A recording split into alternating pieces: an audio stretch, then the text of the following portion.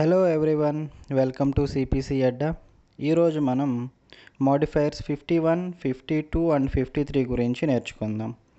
Already మనం modifiers మీద videos చేస్తున్నాం. మన ప్రీవియస్ వీడియోస్లో మోడిఫైయర్స్ 22, 23, 24, 25, 26, 47 అండ్ 50 మోడిఫైయర్స్ మీద మనం ఆల్రెడీ వీడియోస్ చేస్తున్నాం. ఇంతకుముందు చూడకుండా ఉంటే వెళ్ళి చూసేయండి. ఓకేనా? మీకు ఏదైనా క్వశ్చన్స్ ఉన్నా కానీ, డౌట్స్ ఉన్నా కానీ, లేదు పలానా టాపిక్స్ మనం త్వరగా వీడియో చేయాలి అని మీరు ఏదైనా ఫీల్ అవుతున్నా కానీ కామెంట్ సెక్షన్లో మెన్షన్ చేయండి. చూడంగానే నేను రిప్లై ఇస్తాను. ఓకేనా? సో ఇప్పుడు మనం ఈరోజు డిస్కస్ చేసుకునే టాపిక్లోకి వెళ్ళిపోదాం. ఓకే,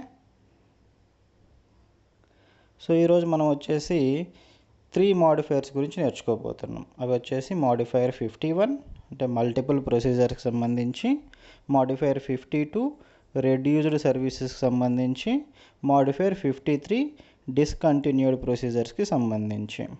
ఓకేనా? So first modifier 51. So modifier 51 అనేది ఒకే ఆపరేటివ్ సెషన్లో సేమ్ ప్రొవైడర్ అనేక ప్రొసీజర్స్ అంటే మల్టిపుల్ ప్రొసీజర్స్ పర్ఫామ్ చేశాడని తెలియజేయడానికి ప్రొసీజర్ కోడ్తో పాటు యాడ్ చేయాలి. ఓకేనా? ఒకే ఆపరేటివ్ సెషన్లో same provider multiple procedures perform చేశాడని తెలియజేయడానికి ప్రొసీజర్ కోడ్స్తో పాటు మనం మోడిఫైయర్ 51ని యాడ్ చేయాలి. ఓకేనా? ఈ విధంగా మోడిఫైయర్ 51ని మనం ఉపయోగించడం వలన పేయర్స్కి ఒక ప్రొవైడర్ ఒకే ఆపరేటివ్ సెషన్లో ఒకటి కంటే ఎక్కువ ప్రొసీజర్స్ పర్ఫామ్ చేశాడని తెలియజేస్తుంది. ఓకేనా? సో మోడిఫైయర్ 51 ఎప్పుడు యూజ్ చేయాలి? ఒకే ఆపరేటివ్ సెషన్లో ఈఎన్ఎం సర్వీసెస్ కాకుండా మల్టిపుల్ ప్రొసీజర్స్ పర్ఫామ్ చేసినప్పుడు, సేమ్ ప్రొవైడర్ ఒకే రోజు మల్టిపుల్ ప్రొసీజర్స్ పర్ఫామ్ చేసినప్పుడు మనం మోడిఫైయర్ 51ని యూజ్ చేయాలి. ఓకేనా? సో ఇప్పుడు డాక్యుమెంటేషన్ రిక్వైర్మెంట్స్లో మనకు ఏం అవసరం అవుతాయండి? ప్రతి ప్రొసీజర్ యొక్క కంప్లీట్ డాక్యుమెంటేషన్ మెన్షన్ చేసి ఉండాలి. అలాగే మల్టిపుల్ ప్రొసీజర్స్ పర్ఫామ్ చేయడానికి కావాల్సినటువంటి మెడికల్ నెసెసిటీని కూడా మనకు డాక్యుమెంటేషన్లో మెన్షన్ చేసి ఉండాలి. ఇవి మనం చూసుకోవాలి. ఓకేనా? సో ఎగ్జాంపుల్స్ చూస్తే, ఫర్ ఎగ్జాంపుల్ ఒక సర్జను సేమ్ ఆపరేటివ్ సెషన్లో కొలసిస్టెక్టమీ మరియు అపెండెక్టమీ పర్ఫామ్ చేశాడు అనుకుందాం. ఈ సిచ్యువేషన్స్లో మల్టిపుల్ ప్రొసీజర్స్ ఒకే సెషన్లో ఒకే ప్రొవైడరు పర్ఫామ్ చేశాడని తెలియజేయడానికి 51 మోడిఫైయర్ని మనం లో రిలేటివ్ వాల్యూ ఉన్న ప్రొసీజర్స్తో యాడ్ చేయాలి. ఓకేనా? సో మెయిన్ ప్రొసీజర్ని ఫస్ట్ కోడ్ చేసి, దాని తర్వాత ఏ ప్రొసీజర్స్ అయితే జరుగున్నాయో ఆ ప్రొసీజర్స్ను కోడ్ చేసి, ఆ అడిషనల్ ప్రొసీజర్స్కి మనం 51 మోడిఫైయర్ని అప్లై చేస్తాం. ఓకేనా? మెయిన్ ప్రొసీజర్కి 51 మోడిఫైయర్ అసైన్ చేయకూడదు. దాని తర్వాత ఏవైతే ప్రొసీజర్స్ పర్ఫామ్ చేస్తున్నారో అదే రోజు వాటికి మనం 51 మోడిఫైయర్ని అసైన్ చేస్తాం. ఓకేనా?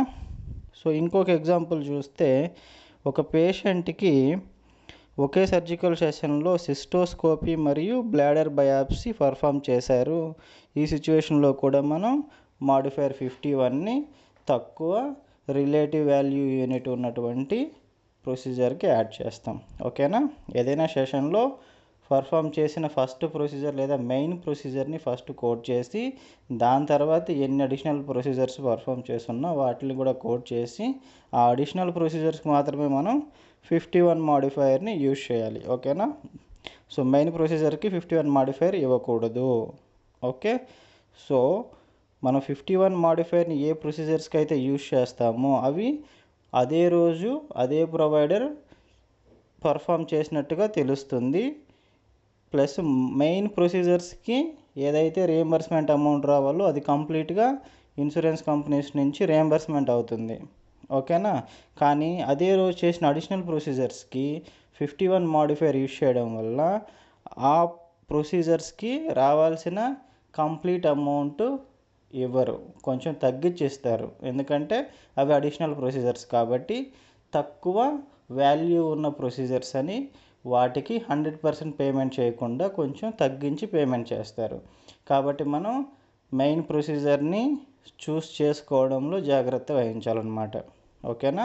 మెయిన్ ప్రొసీజర్ని కోడ్ చేసి తర్వాత అడిషనల్ ప్రొసీజర్స్ కోడ్ చేసి అడిషనల్ ప్రొసీజర్స్కి మాత్రమే 51 మాడిఫైయర్ని మనం యాడ్ చేయాలి. ఓకేనా. సో ఇది వచ్చేసి మాడిఫైయర్ 51 గురించి. ఇప్పుడు మనం మాడిఫైయర్ 52 గురించి చూద్దాం. మాడిఫైయర్ 52కి వెళ్ళే దానికంటే ముందర ఇక్కడ ఒకసారి చూడండి, మీకు సిపిటి బుక్లో ఈ మాడిఫైయర్ 51కి సంబంధించి మల్టిపుల్ ప్రొసెస్కి సంబంధించి కంప్లీట్ డిస్క్రిప్షన్ మీరు ఇక్కడ చూడొచ్చు. ఓకేనా. సో ఇప్పుడు మనం మాడిఫైయర్ 52కి వెళ్దాం. సో మాడిఫైయర్ 52 అనేది ఏంటండి, రెడ్యూస్డ్ సర్వీసెస్.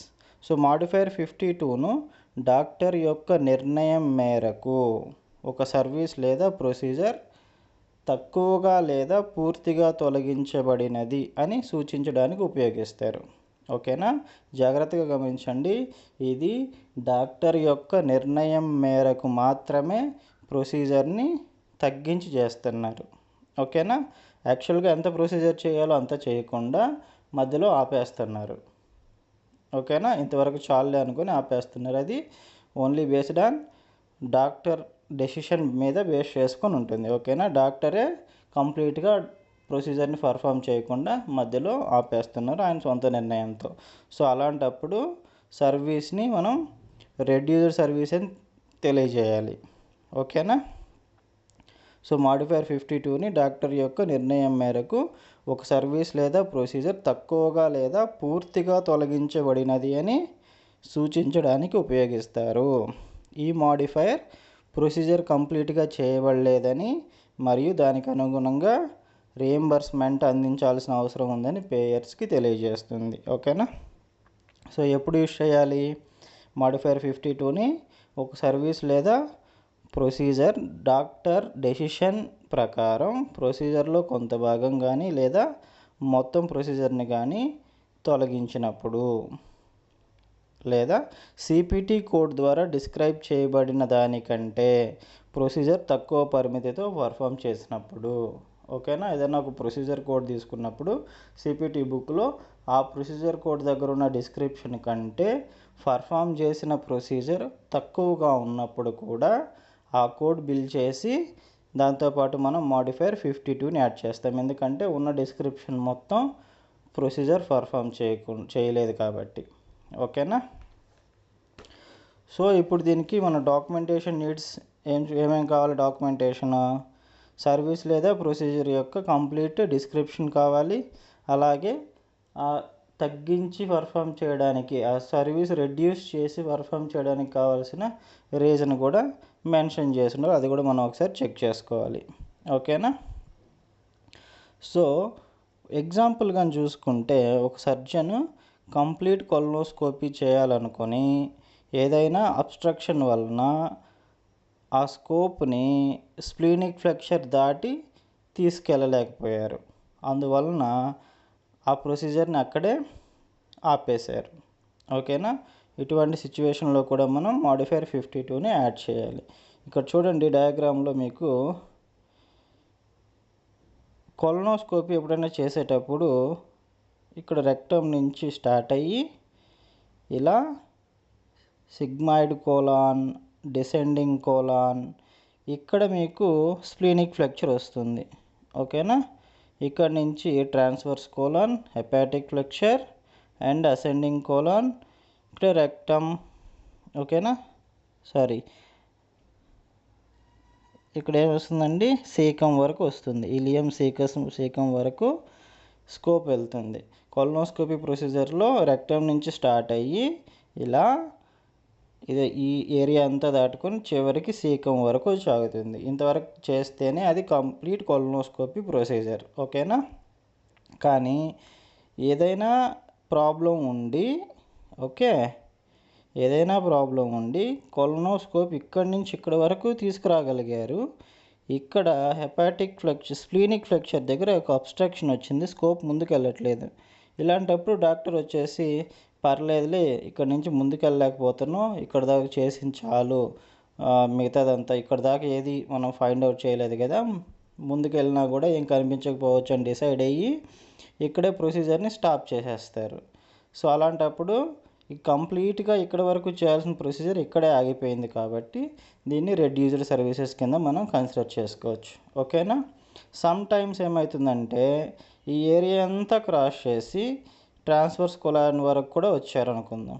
ఇక్కడ వరకు వచ్చిన తర్వాత ఇక్కడ వరకు ఎటువంటి అబ్నార్మాలిటీస్ ఈ ఏరియాలో ఎక్కడా ఫైండ్ అవుట్ చేయలేదు. ఈ ఏరియాలో ఎటువంటి అబ్నార్మాలిటీస్ ఫైండ్ అవుట్ చేయలేదు. అందుకని చెప్పేసి ఈ మిగతా ప్రొసీజర్ ఇక్కడ వరకు చేయడం వాళ్ళకి అనవసరం అనిపించి ఉండొచ్చు కొన్ని సందర్భాల్లో. ఇక్కడ దాకా చూసాం కదా, ఈ తర్వాత కూడా ఎటువంటి అబ్నార్మాలిటీస్ ఉండకపోవచ్చు, ఇక్కడ నిలిపేద్దామని చెప్పేసి ఇక్కడే ప్రొసీజర్ని ఆఫ్ చేసేయచ్చు. సో అటువంటప్పుడు కూడా ఇది రెడ్యూస్డ్ సర్వీసెస్ కింద మనకు చూడాలన్నమాట. సో ఇలాంటప్పుడు కూడా మనం మాడిఫైయర్ 52ని ఈ కొలనోస్కోపీ ప్రొసీజర్ కోడ్తో పాటు యాడ్ చేయాలి. ఓకేనా. సో ఇదండి మాడిఫైయర్ 52 గురించి. ఇక్కడ మీరు మాడిఫైయర్ 52 గురించి రెడ్యూస్డ్ సర్వీసెస్ గురించి CPT బుక్లో ఉన్నటువంటి డిస్క్రిప్షన్ మీరు ఇక్కడ చూడొచ్చు. ఓకేనా.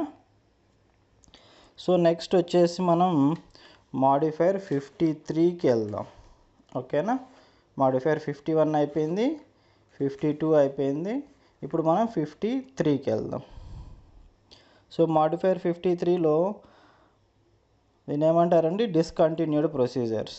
సో డిస్కంటిన్యూడ్ ప్రొసీజర్ ఇక్కడ జాగ్రత్తగా గమనించండి. మాడిఫైయర్ 52కి 53కి ఉన్న డిఫరెన్స్ అర్థం చేసుకోండి. మాడిఫైయర్ 52 అనేది ప్రొవైడర్ డెసిషన్ బేస్ చేసుకొని ప్రొసీజర్ని స్టాప్ చేస్తున్నారు. ఓకేనా. మాడిఫైయర్ 53 డిస్కంటిన్యూడ్ ప్రొసీజర్లో పేషెంట్ హెల్త్ రీజన్స్ వలన ప్రొసీజర్ని ఆపేస్తారు. ఓకేనా. మాడిఫైయర్ 53 అనేది ప్రొసీజర్ డిస్కంటిన్యూ చేయబడిందని సూచించేదానికి ఉపయోగిస్తారు. ముఖ్యంగా కొన్ని అనుకోని పరిస్థితుల్లో కానీ పేషెంట్ సేఫ్టీ కన్సర్న్స్ వలన కానీ ఇలా జరుగుతూ ఉంటుంది. ఓకేనా. మాడిఫైయర్ 53ని ప్రొసీజర్ కోడ్కి యాడ్ చేయడం ద్వారా మనకు ప్రొసీజర్ స్టార్ట్ చేయబడింది కానీ ప్రొవైడర్ కంట్రోల్లో లేని పరిస్థితుల కారణంగా, ముఖ్యంగా పేషెంట్ యొక్క ఆరోగ్యానికి ప్రమాదం ఉండే పరిస్థితుల కారణంగా ఆ ప్రొసీజర్ నిలిపివేయబడిందని సూచించేదానికి మనం మాడిఫైయర్ 53ని యూజ్ చేస్తాం. ఓకేనా. సో మాడిఫైయర్ 53ని ఎప్పుడు యూజ్ చేయాలంటే ప్రొసీజర్ స్టార్ట్ చేసి కొన్ని అన్అవాయిడబుల్ సర్కమ్స్టెన్సెస్ వలన కానీ పేషెంట్ సేఫ్టీ కన్సర్న్స్ వలన కానీ ప్రొసీజర్ని కంప్లీట్ చేయలేని పరిస్థితుల్లో మాడిఫైయర్ 53ని యూజ్ చేయాలి. అలాగే ప్రొసీజర్ అనస్థీషియా ఇచ్చిన తర్వాత లేదా పేషెంట్ను సర్జికల్ ప్రిపరేషన్ చేసిన తర్వాత నిలిపేసినప్పుడు కూడా మనం మాడిఫైయర్ 53ని యూజ్ చేయాలి. ఓకే. సో మాడిఫైయర్ 53కి కావాల్సిన డాక్యుమెంటేషన్ పార్ట్ ఏంటండి, ప్రొసీజర్ యొక్క కంప్లీట్ డిస్క్రిప్షన్. మనకి ఏ మాడిఫైయర్ అయినా ఏ ప్రొసీజర్లో యూజ్ చేయాల్సి వచ్చినప్పుడైనా ఆ ప్రొసీజర్ కావాల్సిన కంప్లీట్ డాక్యుమెంటేషన్ ఉండాలి. అలాగే ప్రొసీజర్ డిస్కంటిన్యూ చేయడానికి గల ఎగ్జాక్ట్ రీజన్ కూడా మెన్షన్ చేసి ఉండాలి. ఓకేనా. ఫర్ ఎగ్జాంపుల్ చూసుకుందాం దీనికి కూడా మాడిఫైయర్ 53కి. ఎగ్జాంపుల్స్ ఏంటండి, ఒక సర్జన్ లాప్రోస్కోపిక్ కొలసిస్టెక్టమీ ప్రారంభించి పేషెంట్ ఆరోగ్యానికి ఇబ్బంది కలిగే విధంగా అన్ఎక్స్పెక్టెడ్ బ్లీడింగ్ జరగడం వలన ఆ ప్రొసీజర్ని నిలిపేయాల్సి వస్తుంది. ఓకేనా. జాగ్రత్తగా గమనించండి. లాప్రోస్కోపిక్ కొలసిస్టెక్టమీ పర్ఫామ్ చేయడానికి స్టార్ట్ చేస్తారు, అన్ఎక్స్పెక్టెడ్గా బ్లీడింగ్ స్టార్ట్ అవుతుంది. సో ప్రొసీజర్ని ఇప్పుడు కంటిన్యూ చేస్తే పేషెంట్ హెల్త్కి ప్రాబ్లం అవుతుంది కాబట్టి ప్రొసీజర్ని అక్కడికే ఆపేస్తారు. సో ఇది పేషెంట్ యొక్క హెల్త్ రీజన్స్ వలన స్టాప్ చేయబడింది కాబట్టి ఇది డిస్కంటిన్యూడ్ ప్రొసీజర్స్ కింద వస్తుంది. కాబట్టి మనం మాడిఫైయర్ 53ని ఈ ప్రొసీజర్ కోడ్తో పాటు యూజ్ చేయాలి. ఓకేనా. సో ఇంకో ఎగ్జాంపుల్ చూస్తే ఒక ఎండోస్కోపిస్ట్ కొలనోస్కోపీని స్టార్ట్ చేస్తారు కానీ పేషెంట్కి సివియర్ అరిథ్మియా రావడంతో ఆ కారణంగా ప్రొసీజర్ని మధ్యలో నిలిపివేయబడుతుంది. ఓకేనా. సో ఇలాంటి సిచ్యువేషన్లో కూడా మనం మాడిఫైయర్ 53ని యూజ్ చేయాలి. ఓకేనా. మాడిఫైయర్ 52, 53 ఈ రెండింటి మధ్యలో డిఫరెన్సెస్ జాగ్రత్తగా గుర్తుపెట్టుకోండి. మాడిఫైయర్ 52 అంటే రెడ్యూస్డ్ సర్వీసెస్, మాడిఫైయర్ 53 అంటే డిస్కంటిన్యూడ్ సర్వీసెస్. 52 మాడిఫైయర్లో based on MD or provider decision base చేసుకొని ప్రొసీజర్ని నిలిపేస్తారు. 53 మాడిఫైయర్ యూజ్ చేయాల్సింది వచ్చేసి పేషెంట్ కండిషన్స్ బేస్ చేసుకుని ప్రొసీజర్ డిస్కంటిన్యూ చేయాల్సి వచ్చినప్పుడు 53 మాడిఫైయర్ని యూజ్ చేస్తాం. అలాగే మాడిఫైయర్ 52ని మీరు ఫస్ట్ సిరీస్ నుంచి 7 సిరీస్ వరకు, ఫస్ట్ సిరీస్ ఆల్ సర్జరీ, తర్వాత వచ్చే రేడియాలజీ సెక్షన్లో కూడా మీరు 52 మాడిఫైయర్ని యూజ్ చేయొచ్చు. అలాగే 9 సిరీస్లో కూడా మెడిసిన్ సెక్షన్, దాంట్లో కూడా మనం మాడిఫైయర్ 52ని యూజ్ చేసుకోవచ్చు. ఫస్ట్ సిరీస్ టు 7 సిరీస్ వరకు, అలాగే 9 సిరీస్లోనూ మాడిఫైయర్ 52ని యూజ్ చేసుకోవచ్చు. మాడిఫైయర్ 53ని ఫస్ట్ సిరీస్ నుంచి 6 సిరీస్ వరకు ఆల్ సర్జరీ సిరీస్లో మనం యూజ్ చేసుకోవచ్చు. ఓకేనా? సో ఇదండి ఇవాల్టి టాపిక్. మాడిఫైయర్ 52, 53, 51 ఈ 3 మాడిఫైయర్ల గురించి మనం చూసుకున్నాం. ఇప్పుడు మాడిఫైయర్ 51 అంటే మల్టిపుల్ ప్రొసీజర్స్ ఒకే రోజు పర్ఫామ్ చేస్తుంటే, అలాగే 52 అంటే రెడ్యూస్డ్ సర్వీసెస్, ఏదన్నా ప్రొసీజర్ని చేయాల్సిన దానికంటే తక్కువ చేసి పర్ఫామ్ చేయడం. 53 అంటే ప్రొసీజర్ని కొన్ని అనివార్య కారణాల వల్ల పేషెంట్ సేఫ్టీ కన్సర్న్స్ వలన ఆ ప్రొసీజర్ని నిలిపివేయడం. ఇవి వచ్చేసి ఇంపార్టెంట్ అండి. అలాగే 51 మాడిఫైయర్ చదువుకునేటప్పుడు మీరు సైమల్టేనియస్గా 59 మాడిఫైయర్ కూడా కంపేర్ చేసుకుంటూ చదువుకుంటే 51, 59 ఈజీగా మీకు అర్థమైపోతాయి. ఓకేనా? సో నెక్స్ట్ క్లాసెస్లో మనం 59 మాడిఫైయర్ గురించి చూసుకుందాం. ఓకే, థ్యాంక్ యూ అండి. Thank you very much for watching this video.